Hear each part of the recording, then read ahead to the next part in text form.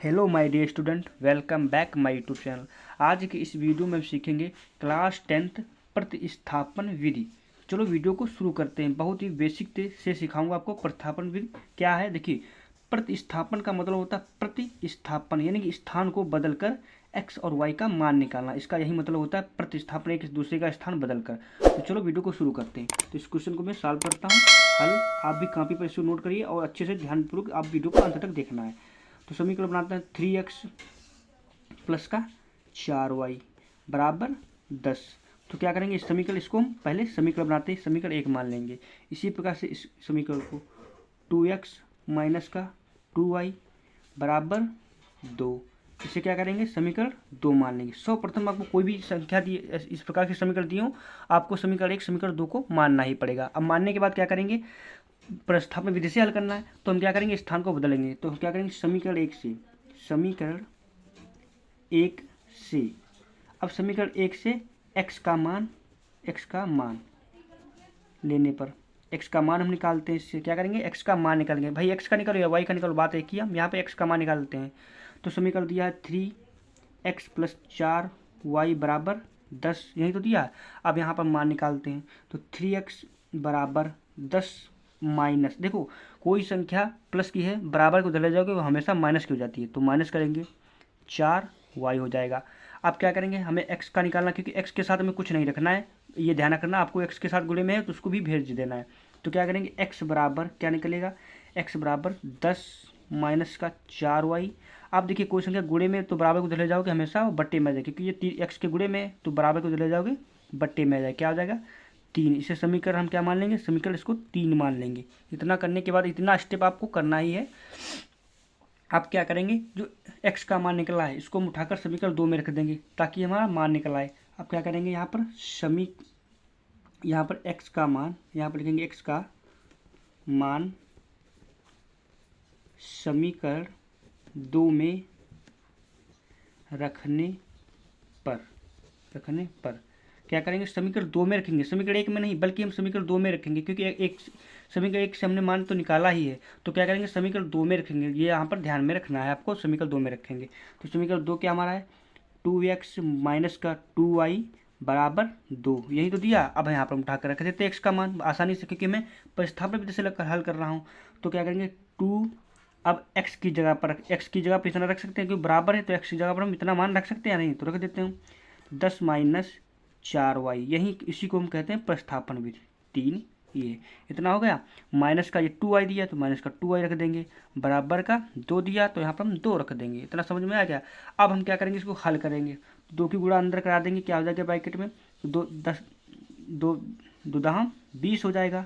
इसी प्रकार से 2 चक्कू 8 हो जाएगा, y हो जाएगा। बट्टे में 3 है तो 3 लिख देंगे। फिर क्या करेंगे, माइनस का 2y बराबर 2 हो गया। अब क्या करेंगे, हम इस पक्ष को पहले हल करता हूँ।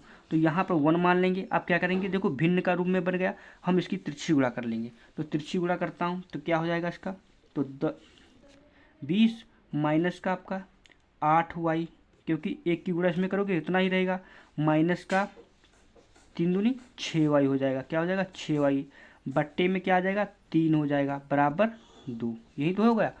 इतना समझ में आया। यहाँ पर हम भिन्न को हल कर लिया, 1 की गुणा इसमें पूरे पक्ष में करा दी, 3 की गुणा इसके साथ करा दी, बट्टे में 3 कम 3 हो गया, क्योंकि भिन्न में तिरछी गुणा होती है।